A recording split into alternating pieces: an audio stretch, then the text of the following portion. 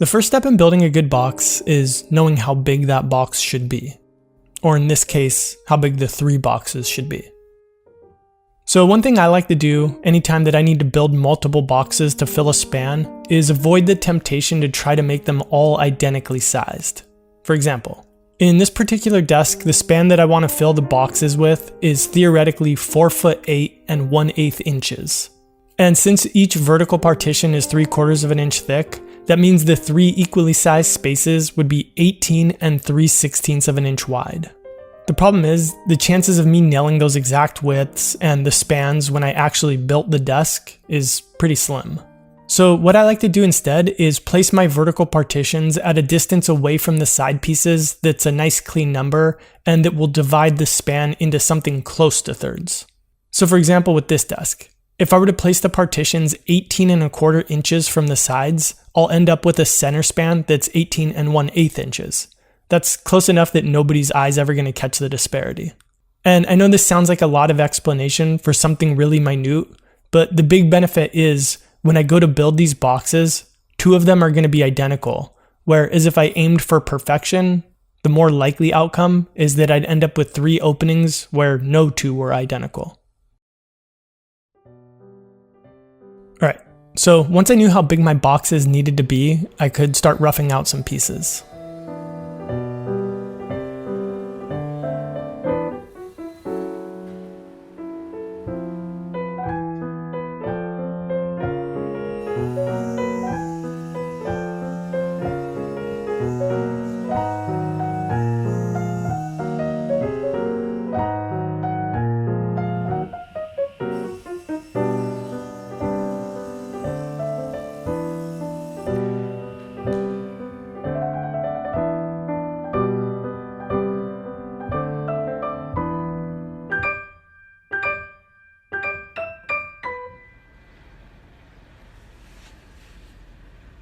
Anything for the shot.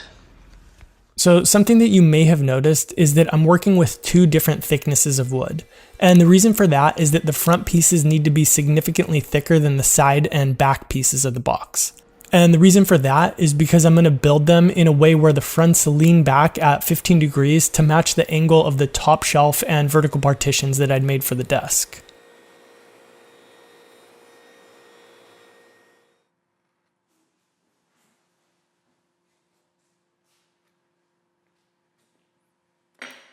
Here I'm cross-cutting the pieces, making sure to leave them about 1/2 of an inch longer than they're going to need to ultimately be. And once that was done, I ripped each piece into what'll be its final width.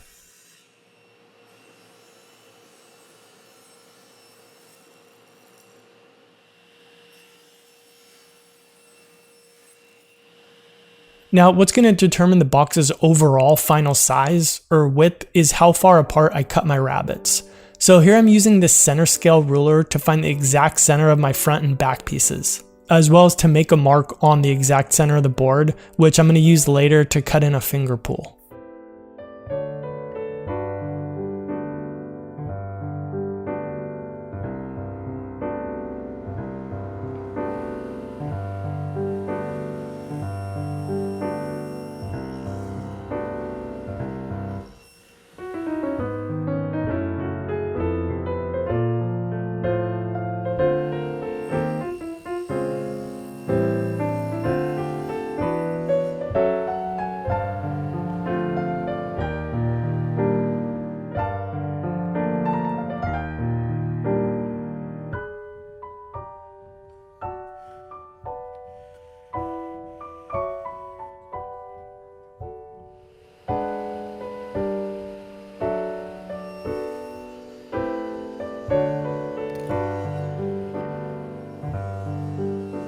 After I finished cutting my rabbets along the bottom edges of my front and back pieces, I realized that I should have been cutting them into my side pieces as well.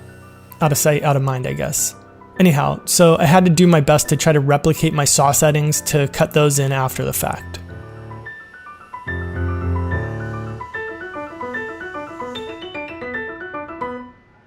The last thing I wanted to take care of before gluing up was cutting in my finger pool. I messed around with a few different ways to cut these, and the simplest, safest solution that I found was a little fence to help me position my workpiece and to prevent the top edge from tearing out. So if you're ever looking for a simple, safe way to do the same thing, I'd highly recommend this. And if you're ever looking for a simple, safe home security system, I'd highly recommend Simply Safe. Seriously though. I've been using them for about a year and I couldn't be happier.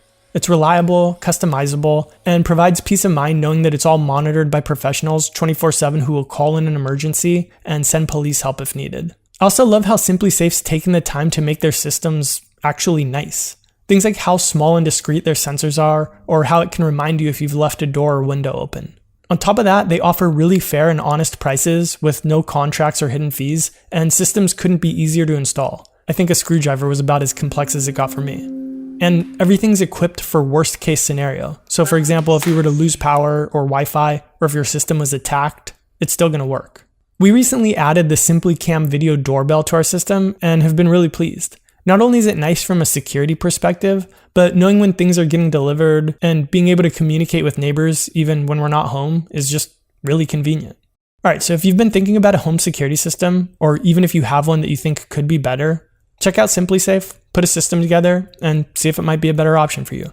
Just head over to simplysafe.com/4eyes, or better yet, click the link in the description. All right, thanks SimplySafe.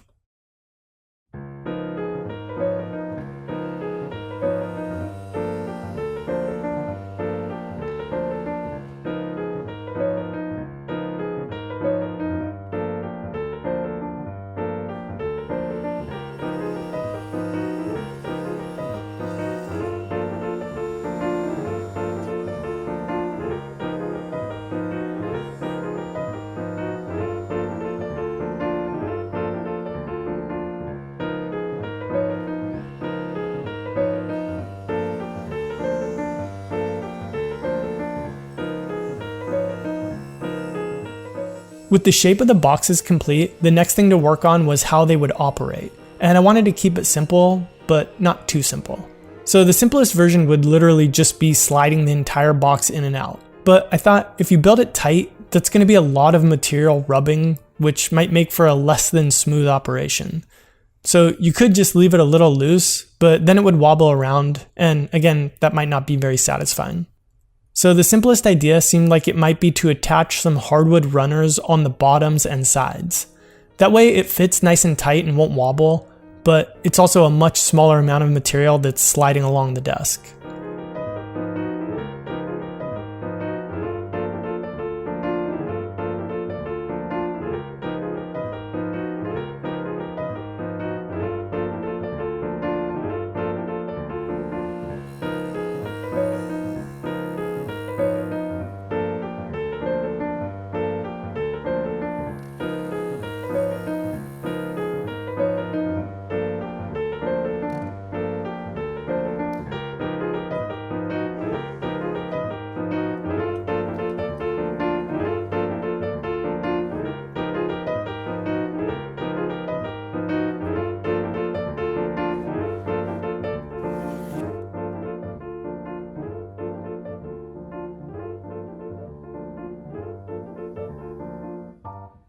Okay, so at this point I could call these boxes done, but I wanted to do one more thing just to make them a little bit more custom for me, and that is to add some dividers to separate the items that I use.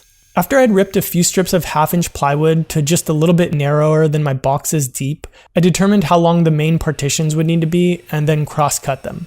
Now, truthfully, I'm not completely sure what I'm going to be putting in these boxes at this point, so my idea was to make one box partition like this and the other two like this. And I'm not going to glue anything in, that way I can switch them down the road if I need to. Anyhow, I measured out my pieces to mark out where I need to cut my dado to join the partition pieces together. Then over at the table saw, I used this cool trick that Sean taught me for cutting perfect fitting dados.